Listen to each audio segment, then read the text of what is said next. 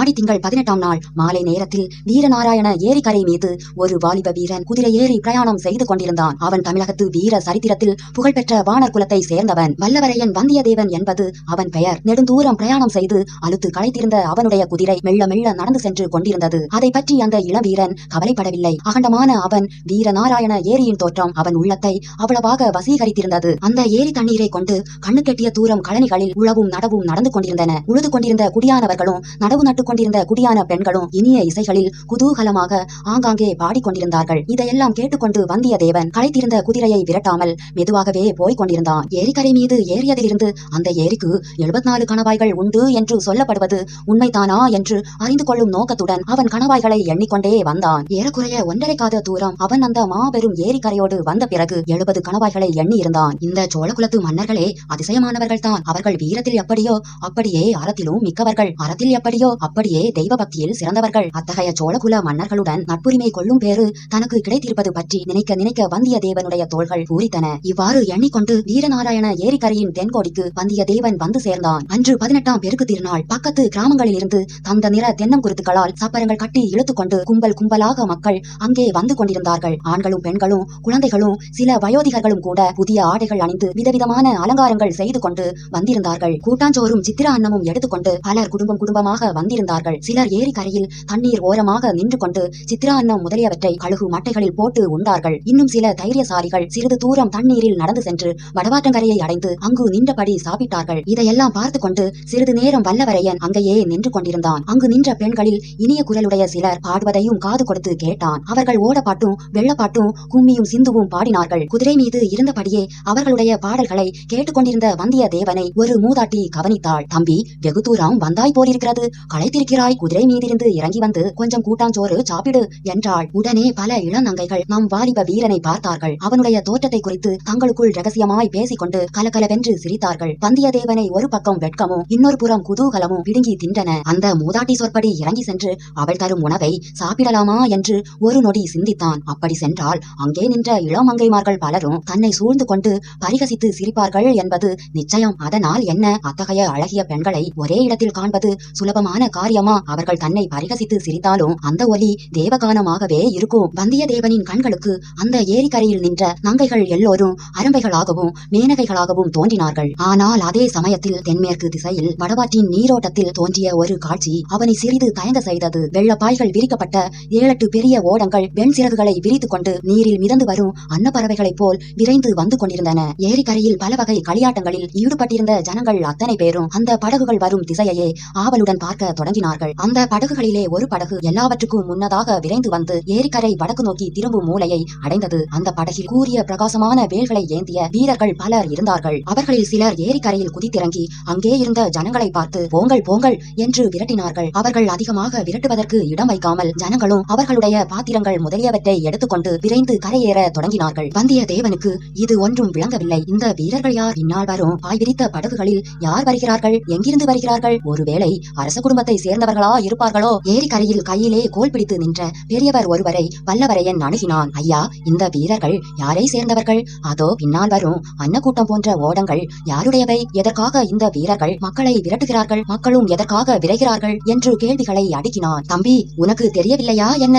அதோ அந்த படகுகளின் நடுப்படகில் ஒரு கொடி பறக்கிறதே, அதில் என்ன எழுதியிருக்கிறது பார் என்றார் பெரியவர். பனைமரம் போல் தோன்றுகிறது. பனைமரம் தான். பனைமர கொடி பழுவேட்டரையர் கொடி என்று உனக்கு தெரியாதா? மகாவீரர் பழுவேட்டரையரா வருகிறார் என்று வந்தியத்தேவன் திடுக்கிட்ட குரலில் கேட்டான். அப்படித்தான் இருக்க வேண்டும். பனைமர கொடியை உயர்த்தி கொண்டு வேறு யார் வர முடியும் என்றார் பெரியவர். வல்லவரையனுடைய கண்கள் அளவிலா வியப்பினால் விரிந்து படகுகள் வந்த திசையை நோக்கின. பழுவேட்டரையரை பற்றி வல்லவரையன் எவ்வளவோ கேள்விப்பட்டிருந்தான். தெற்கே ஈழ நாட்டில் இருந்து வடக்கே கலிங்க நாடு வரையில் அண்ணன் தம்பிகளான பெரிய பழுவேட்டரையர், சின்ன பழுவேட்டரையர் என்பவர்களுடைய பெயர்கள் பிரசித்தமா இருந்தன. உறையூருக்கு பக்கத்தில் வடகாவேரியின் வடகரையில் உள்ள பழுவூர் அவர்களுடைய நகரம். விஜயலாய சோழன் காலத்திலிருந்து பழுவேட்டரையர் குலம் வீர புகழ் பெற்றிருந்தது. பழுவேட்டரையர் குடும்பத்தார் சோழ மன்னர் குடும்பத்துடன் கொள்வினை கொடுப்பினை செய்து வந்தனர். இது காரணமாகவும் அவர்களுடைய குலத்தொன்மை வீரப்புகழ் இவை காரணமாகவும் பழுவேட்டரையர் குலம் அரச குலத்தின் சிறப்புகள் எல்லாம் பெற்றிருந்தது. தனியாக கொடி போட்டுக் கொள்ளும் உரிமையும் அந்த குலத்துக்கு உண்டு. இப்போதுள்ள பழுவேட்டரையர் இருவரில் மூத்தவர். 24 போர்களில் ஈடுபட்டவர். அவருடைய காலத்தில் அவருக்கு இணையான வீரர் சோழ நாட்டில் யாரும் இல்லை என்று புகழ் பெற்றவர். இப்போது பிராயம் 50க்கு மேல் ஆகிவிட்டபடியால் அவர் போர்க்களங்களுக்கு நேரில் செல்வதில்லை. ஆனால் சோழ நாட்டு அரசாங்கத்தில் மிக உன்னதமான பல பதவிகளை வகித்து வந்தார். அவர் சோழ சாம்ராஜ்யத்தின் தானியாதிகாரி. தனபண்டாரமும் தானிய பண்டாரமும் அவருடைய அதிகாரத்தில் இருந்தன. எந்த சிற்றரசரையும் கோட்டை தலைவரையும் பெரிய குடித்தனக்காரரையும் இவ்வாண்டு இவ்வளவு இறை தர வேண்டும் என்று கட்டளையிட்டு வசூலிக்கும் உரிமை அவருக்கு இருந்தது. ஆகவே சுந்தர சோழ மகாராஜாவுக்கு அடுத்தபடியாக சோழ சாம்ராஜ்யத்தில் இப்போது வலிமை மிக்கவர் பழுவேட்டரையர் தான். அத்தகைய மகா வீரரும் அளவில்லா வலிமையும் அதிகாரமும் படைத்தவருமான பெரிய பழுவேட்டரையரை பார்க்க வேண்டும் என்ற ஆவல் வந்தியத்தேவனுடைய உள்ளத்தில் பொங்கியது. ஆனால் அதே சமயத்தில் காஞ்சி நகரின் புதிய பொன் மாளிகையில் இளவரசர் ஆதித்த கரிகாலர் தன்னிடம் சொன்ன செய்தி அவனுக்கு நினைவு வந்தது. வந்தியத்தேவனிடம், நீ சுத்த வீரன் என்பதை நன்கு அறிவேன். அத்துடன் நீ நல்ல அறிவாளி என்று நம்பி இந்த மாபெரும் பொறுப்பை உன்னிடம் ஒப்புவிக்கிறேன். நான் கொடுத்த 2 ஓலைகளில் ஒன்றை என் தந்தை மகாராஜாவிடமும் இன்னொன்றை என் சகோதரி இளைய பிராட்டியிடமும் ஒப்புவிக்க வேண்டும். தஞ்சையில் ராஜ்யத்தின் பெரிய பெரிய அதிகாரிகளை பற்றி கூட ஏதேதோ கேள்விப்பட்டிருக்கிறேன். ஆகையால் நான் அனுப்பும் செய்தி யாருக்கும் தெரியக்கூடாது. எவ்வளவு முக்கியமானவரா இருந்தாலும் நீ என்னிடமிருந்து ஓலை கொண்டு போவது தெரியக்கூடாது. வழியில் யாருடனும் சண்டை பிடிக்க கூடாது. நீயாக வலு சண்டைக்கு போகாமல் இருந்தால் மட்டும் போதாது. மற்றவர்கள் வலு சண்டைக்கு இழுத்தாலும் நீ அகப்பட்டுக் கொள்ள கூடாது. உன்னுடைய வீரத்தை நான் நன்கறிவேன். எத்தனையோ தடவை நிரூபித்திருக்கிறாய். ஆகையால் வலிய வரும் சண்டைகளிலிருந்து விலகி கொண்டாலும் கௌரவ குறைவு ஒன்றும் உனக்கு ஏற்பட்டு விடாது. முக்கியமாக பழுவேட்டரையர்களிடமும் என் சிறிய தந்தை மதுராந்தகரிடமும் நீ மிக்க ஜாக்கிரதையாக நடந்து கொள்ள வேண்டும். அவர்களுக்கு நீ இன்னான் என்று கூட தெரியக்கூடாது. நீ எதற்காக போகிறாய் என்று அவர்களுக்கு கண்டிப்பாய் தெரியக்கூடாது. சோழ சாம்ராஜ்யத்தின் பட்டத்துக்குரிய இளவரசரும் வடதிசை மகாதண்ட நாயகருமான ஆதித்த கரிகாலர் இவ்விதம் சொல்லியிருந்தார். மேலும் வந்தியத்தேவன் நடந்து கொள்ள வேண்டிய விதங்களை பற்றியும் படித்து படித்து கூறியிருந்தார். இவையெல்லாம் நினைவுக்கு வரவே பழுவேட்டரையரை பார்க்க வேண்டும் என்ற ஆவலை பல்லவரையன் அடக்கிக் கொண்டான். குதிரையை தட்டிவிட்டு வேகமாக செல்ல முயன்றான். என்ன தட்டி விட்டாலும் களைப்புற்றிருந்த அந்த குதிரை மெதுவாகவே சென்றது. இன்று இரவு கடம்பூர் சம்புவரையர் மாளிகையில் தங்கிவிட்டு நாளை காலையில் புறப்படும் போது வேறு நல்ல குதிரை சம்பாதித்துக் கொண்டே கிளம்ப வேண்டும் என்று மனதிற்குள் தீர்மானித்துக் கொண்டான். ஏரிக்கரையிலிருந்து கீழிறங்கி தென்திசை சென்ற பாதையில் குதிரையை செலுத்திய போது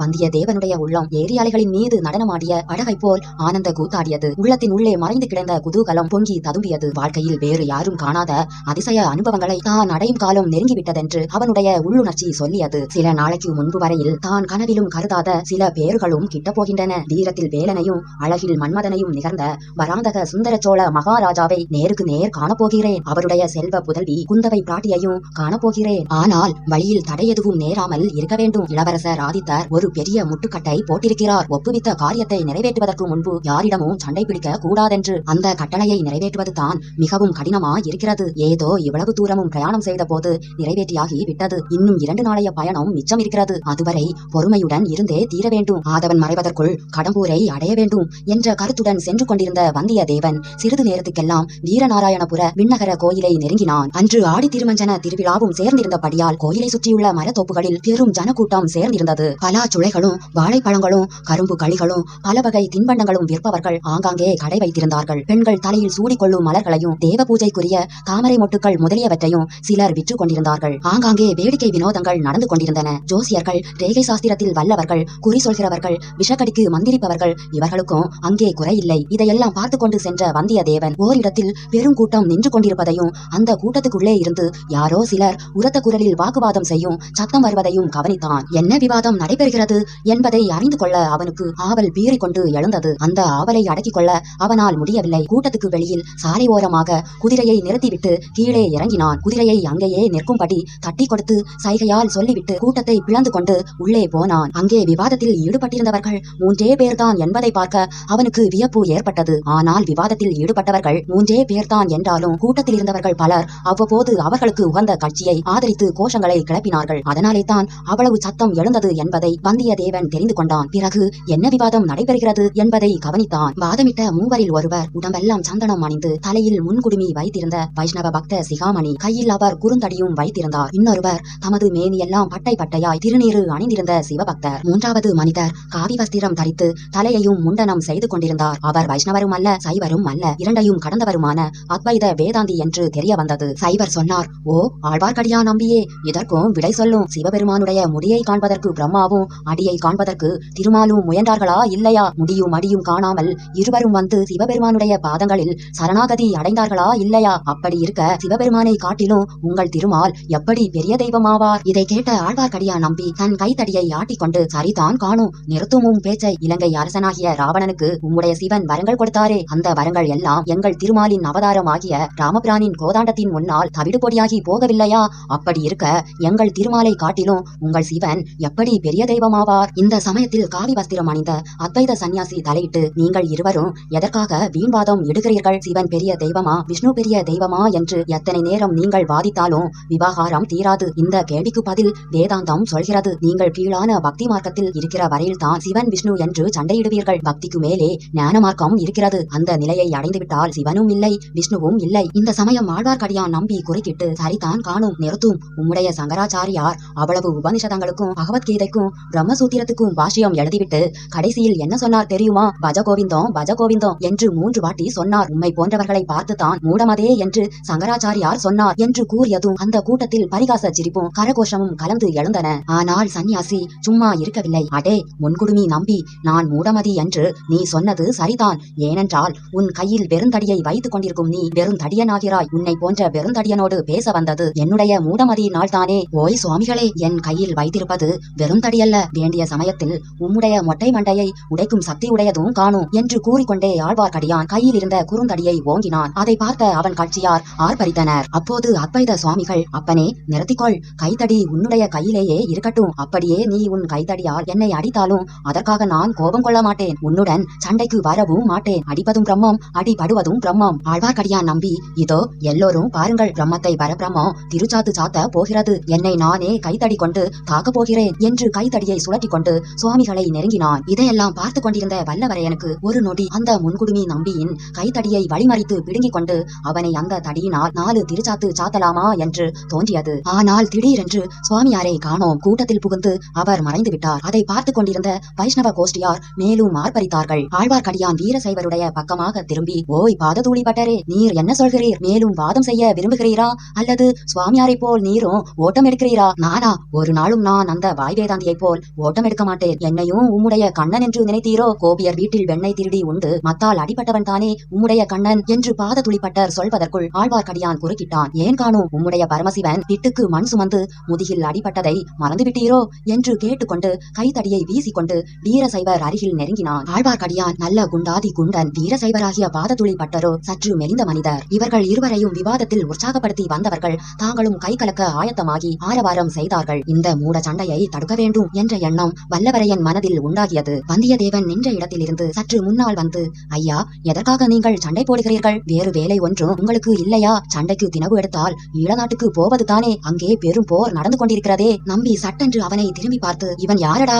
நியாயம் சொல்ல வந்தவன்? கூட்டத்திலே இருந்தவர்களில் சிலருக்கு வந்தியத்தேவனுடைய வீர தோற்றமும் அவனுடைய அழகிய முகவிலாசமும் பிடித்திருந்தன. தம்பி, நீ சொல்லு, இந்த சண்டைக்காரர்களுக்கு நியாயத்தை எடுத்து சொல்லு. உனக்கு பக்க பலமாக நாங்கள் இருக்கிறோம் என்று அவர்கள் சொன்னார்கள். எனக்கு தெரிந்த நியாயத்தை சொல்கிறேன். சிவபெருமானும் நாராயண மூர்த்தியும் தங்களுக்குள் சண்டை போட்டுக் கொள்வதாக தெரியவில்லை. அவர்கள் சிநேகமாகவும் சுமூகமாகவும் இருந்து வருகிறார்கள். அப்படி இருக்க இந்த நம்பியும் பட்டரும் எதற்காக சண்டை போட்டு கொள்ள வேண்டும் என்று வல்லவரையன் கூறியதை கேட்டு அந்த கூட்டத்தில் பலரும் நகைத்தார்கள். அப்போது வீரசைவ பட்டர், இந்த பிள்ளை அறிவாளியாகவே தோன்றுகிறான். ஆனால் வேடிக்கை பேச்சினால் மட்டும் விவாதம் தீர்ந்து விடுமா? சிவபெருமான் திருமாலை விட பெரிய தெய்வமா இல்லையா என்ற கேள்விக்கு இவன் விடை சொல்லட்டும். சிவனும் பெரிய தெய்வம் தான், திருமாலும் பெரிய தெய்வம் தான். இருவரும் சமமான தெய்வங்கள். யாரை வேண்டுமானாலும் தொழுது கொள்ளுங்கள். சண்டை எதற்கு என்றான் வல்லவரையன். அது எப்படி சொல்லலாம்? சிவனும் விஷ்ணுவும் சமமான தெய்வங்கள் என்று சொல்வதற்கு ஆதாரம் என்ன என்று ஆழ்வார்க்கடியான் அதட்டி கேட்டான். ஆதாரமா? இதோ சொல்கிறேன். நேற்று மாலை வைகுண்டத்துக்கு போயிருந்தேன். அதே சமயத்தில் பரமசிவனும் அங்கே வந்திருந்தார். இருவரும் சம ஆசனத்தில் அமர்ந்திருந்தார்கள். அவர்களுடைய உயரம்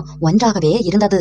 ஆயினும் சந்தேகத்துக்கு இடமின்றி என் கையினால் முழம் போட்டு இருவர் உயரத்தையும் அளந்து பார்த்தேன். அடப்பிள்ளாய், பரிகாசமா செய்கிறாய் என்று ஆழ்வார்க்கடியான் கர்ஜனை செய்தான். கூட்டத்தினர், சொல்லு தம்பி சொல்லு என்று ஆர்ப்பரித்தார்கள். அளந்து பார்த்ததில் இருவரும் சமமான உயரமே இருந்தார்கள். அதோடு விடாமல் சிவனையும் திருமாலையும் நேரிலேயே கேட்டுவிட்டேன். அவர்கள் என்ன சொன்னார்கள் தெரியுமா? அறியும் சிவனும் ஒண்ணு, அறியாதவர் வாயிலே மண்ணு என்று சொன்னார்கள். அவ்விதம் சொல்லி தங்களை பற்றி சண்டை போடுகிறவர்களின் வாயிலே போடுவதற்கு இந்த பிடி மண்ணையும் கொடுத்தார்கள் என்று கூறிய வல்லவரையன் மூடியிருந்த தனது வலது கையை திறந்து காட்டினான். அதற்குள்ளே ஒரு பிடி மண் இருந்தது. அதை வீசி உதறினான். கூட்டத்தில் இருந்தவர்களில் பலர் அப்போது பெரும் உற்சாகம் கொண்டு தலைக்கு தலை தரையில் இருந்து ஒரு பிடி மண் எடுத்து நம்பியின் தலையிலும் பட்டர் தலையிலும் வீசி எறிய ஆரம்பித்தார்கள். இந்த செயலை சிலர் தடுக்க முயன்றார்கள். அடே நாஸ்திகர்களா என்று சொல்லிக்கொண்டு ஆழ்வார்க்கடியான் தன் கைத்தடியை சுழற்றி கொண்டு கூட்டத்திற்குள் சென்றான். ஒரு பெரிய கலவரமும் அடித்தடி சண்டையும் அப்போது அங்கே நிகழும் போலிருந்தன. நல்ல வேளையாக அந்த சமயத்தில் சற்று தூரத்தில் ஒரு பெரிய சலசலப்பு ஏற்பட்டது. இடைவிதிக்கும் தேவர் பெரிய பழுவேட்டரையர் விஜயம் செய்கிறார் என்று இடி முழக்க குரலில் கட்டியம் கூறுதல் கேட்டது. இவ்வாறு கட்டியம் கூறியவர்கள் முதலில் வந்தார்கள். வந்தார்கள். பிறகு முரசு அடிப்பவர்கள் வந்தார்கள். அவர்களுக்கு பின்னால் பனைமர கொடி தாங்குவோர் வந்தார்கள். பின்னர் கையில் வேல் பிடித்த வீரர்கள் சிலர் கம்பீரமாக நடந்து வந்தார்கள். கூட்டத்தில் இருந்தவர்கள் அத்தனை பேரும் சாலையின் இருபுறத்திலும் வந்து நின்றது போல் வல்லவரையனும் வந்து நின்று பார்த்தான். யானை மீது இருந்தவர்தான் பழுவேட்டரையர் என்பதை யூகித்துக் கொண்டான். யானைக்கு பின்னால் பட்டுத்திரையினால் மூடப்பட்ட சிவிகை ஒன்று வந்தது. அதற்குள் இருப்பது யாரோ என்று வல்லவரையன் சிந்திப்பதற்குள்ளே செக்க சிவந்த நிறத்துடன் வளையல்களும் கங்கணங்களும் அணிந்த ஒரு கரம் சிவிகைக்குள்ளே இருந்து வெளிப்பட்டு பல்லக்கின் பட்டுத்திரையை சிறிது விலக்கியது. சிவிகைக்குள்ளே காந்தியமான பெண்ணின் முகம் தெரிந்தது. பெண் குலத்தின் அழகை கண்டுகளிக்கும் கண்கள் வல்லவரையனுக்கு உண்டு என்றாலும் அந்த பெண்ணின் முகம் எந்த காரணத்தினாலோ உள்ளத்தில் மகிழ்ச்சி தோன்றவில்லை. இனம் தெரியாத பயமும் அருவருப்பும் ஏற்பட்டன. அதே நேரத்தில் அந்த பெண்ணின் கண்கள் வல்லவரையனுக்கு அருகில் உற்று நோக்கின. மறுகணம் ஒரு பீதிகரமான பெண் குரலில் கிரீச் என்ற கூச்சல் கேட்டது. உடனே சிவிகையின் பட்டுத்திரை முன்போல் மூடிக்கொண்டது. வல்லவரையன் தன் அக்கம் பக்கத்தில் நோக்கினான். தனக்கு அருகில் எதையோ யாரையோ பார்த்துவிட்டுத்தான் அந்த மாது சிவிகை திரையை மூடிக்கொண்டாள் என்று அவன் உள்ளுணர்ச்சி சொல்லியது. எனவே சுற்றுமுற்றும் பார்த்தான். ஆழ்வார்க்கடியான் தனக்கு சற்று பின்னால் ஒரு புளிய மரத்தில் சாய்ந்து கொண்டு நிற்பதை கண்டான். அந்த வீர வைஷ்ணவ நம்பியினுடைய முகம் சொல்ல முடியாத விகாரத்தை அடைந்து கொடூர வடிவமாக மாறியிருப்பதையும் பார்த்தான். வல்லவரையனுடைய உள்ளத்தில் காரணம் விளங்காத திகைப்பும்